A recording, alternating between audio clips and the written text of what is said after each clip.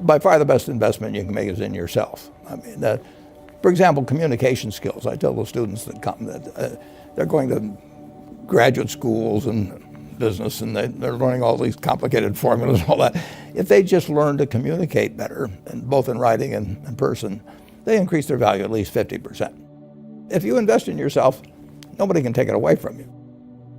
If I gave you a car, and it'd be the only car you get in the rest of your life, you'd take care of it like you can't believe. Any scratch, you'd fix that moment. You'd read the owner's manual. You'd keep a garage and do all these things. And you get exactly one mind and one body in this world. And you can't start taking care of it when you're 50. By that time, you'll have rusted out if you haven't done anything. So you should really make sure that you just remember that you just got one mind and body to get through life with and to do the most with it.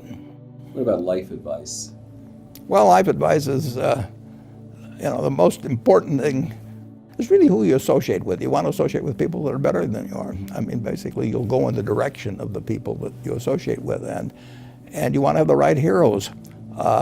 You want people, if you want to emulate somebody, you better pick very carefully who you want to emulate. And obviously, you can't pick your parents. They're going to have an enormous influence on you, but you don't get a choice on that. But you get choices as you go down the line, and who you admire, who you want to copy, and the most important for most people in terms of that decision is their spouse. It's also important in terms of a partner in business, but the partner in life is the most important one. You want to pick a spouse that's better than you are.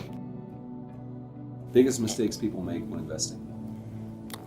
Well, they try to, they just don't realize that all you have to do is just buy a cross-section of America and then never listen to people like me or read the papers or do anything subsequently. They think that because you can trade, you should trade. You buy a farm, you buy an apartment house, you can't resell it tomorrow, and the cost of moving around. Now you get something handed to you, liquidity, which is instant. You can sell, and the cost of doing it are pennies, compared to other kinds of investment activity. So because they can so easily move around, they do move around, and moving around is not smarter than investing. You have a pretty cool morning routine regarding what you have for breakfast and how prosperous you feel. What is that? I eat exactly what I like to eat. If somebody offered me a deal when I was 20 and said, you're going to live 1 year longer, instead of living to 88, you'll live to 89 or whatever it may be, if you eat nothing but broccoli and Brussels sprouts and onions and all these things. I just said, I'll take the last year off. It probably won't be that good anyway. So I eat exactly what I like to eat.